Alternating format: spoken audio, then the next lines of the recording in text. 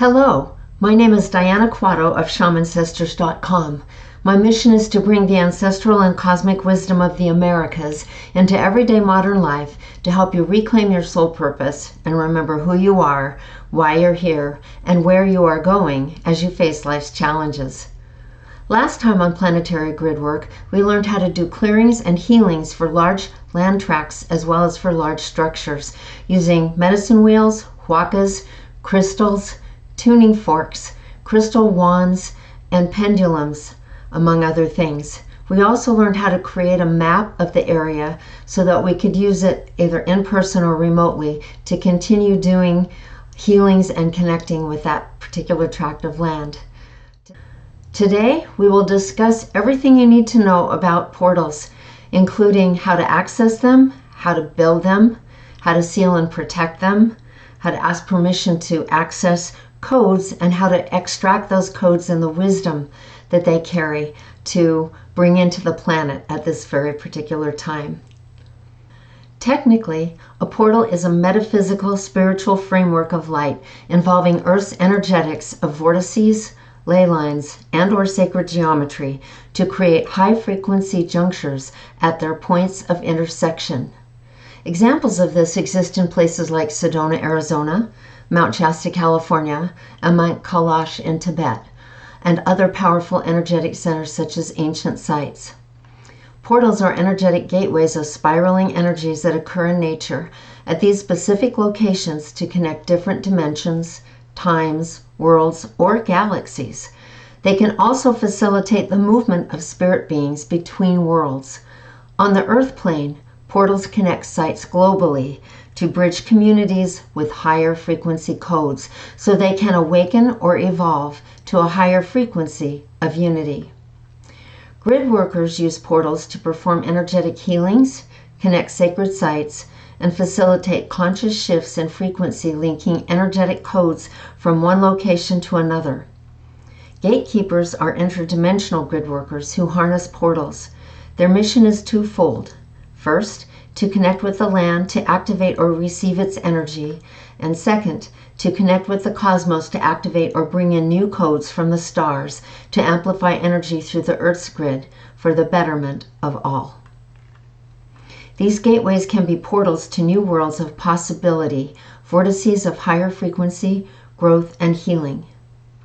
They can also be portals to reactivate dormant codes from the ancestral past that will activate both the beauty and wisdom of the heart to bring about real transformation and change globally. Interdimensional grid workers are those old souls who carry multiple star or planetary experiences and codes within their DNA to help them shift the planetary frequency and consciousness into higher dimensions to create the new crystalline Earth we are currently transitioning into. They are interdimensional interplanetary gatekeepers centered around the ability to open and manage powerful portals that enable communication between different realms or layers of reality. Their job is to facilitate the exchange of light structures encoded with the information between different dimensions or different life forms to upgrade the transition of our Earth and the universal ascension process of our entire galaxy into the 5D during this crucial time in Earth's history. It is a time of completion for the old paradigms and of consent for the new paradigm of higher frequencies to unfold. This is a large part of the gatekeeper's overall purpose. Gatekeepers sometimes travel to specific locations to use portals for earth healing, to repair or activate the energy of a portal, or to create a new one. But they also work remotely to balance global consciousness. In either case, their work is viewed as a way to support the planet and humanity during times of high frequency change and consciousness. Like other grid or light workers, gatekeepers or interdimensional grid workers use crystals, pendulums, divining rods, wands, huacas, medicine wheels, crystal grids, tuning forks, and other sound healing modes. They also work with different forms of energetic healing, such as Reiki or shamanism, to shift the intergalactic and planetary energies. You can review some of our previous episodes to learn how to make use of many of these tools. Each grid worker, each gatekeeper is unique. So listen to your inner self and spirit and trust what it tells you to do if you take on this work. In the meantime, I am a gatekeeper and will share some basic tools with you for how to do this work. I am a medicine wheel after the Ywahoo conscious lineage in Peru, and I'm a peacekeeper with the Cherokee-based Sunray Meditation Society. So the tools I share come down from these two ancestral lineages, in addition to my own experiences. Portals can be energetic, like a vortex, or they can be made of stone by nature or the ancient ones through time. You can see or feel them as spiraling geometric vortexes of energy, either way.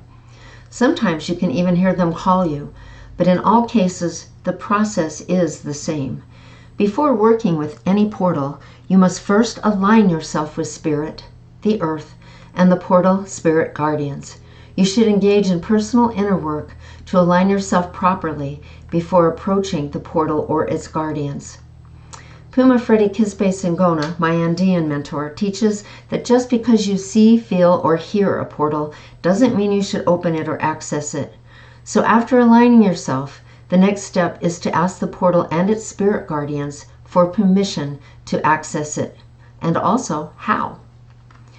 For this, you need to take time to connect with the guardians in the same way that you learned to connect with the spirits of the land in previous episodes. Take your time and get to know them, especially if you are new to this. Every portal or gateway has at least two primary guardians.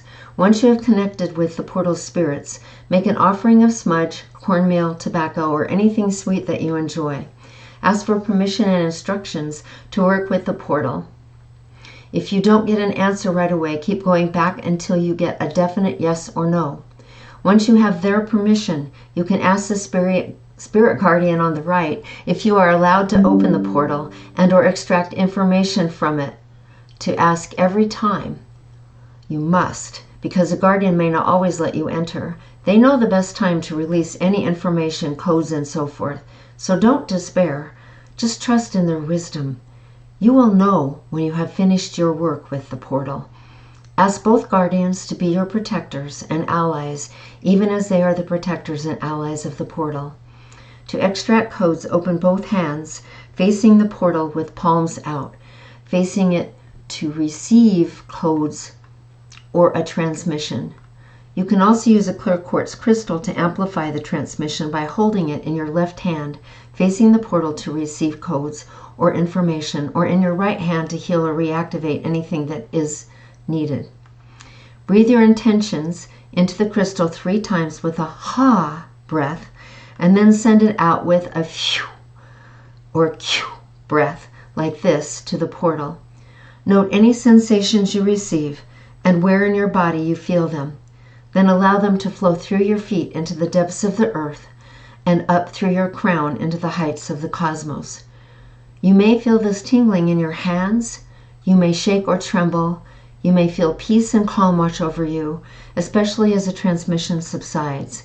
Pay attention and read the signs so you know when to stop. When you have finished, ask permission to end the transmission from the guardian on the left.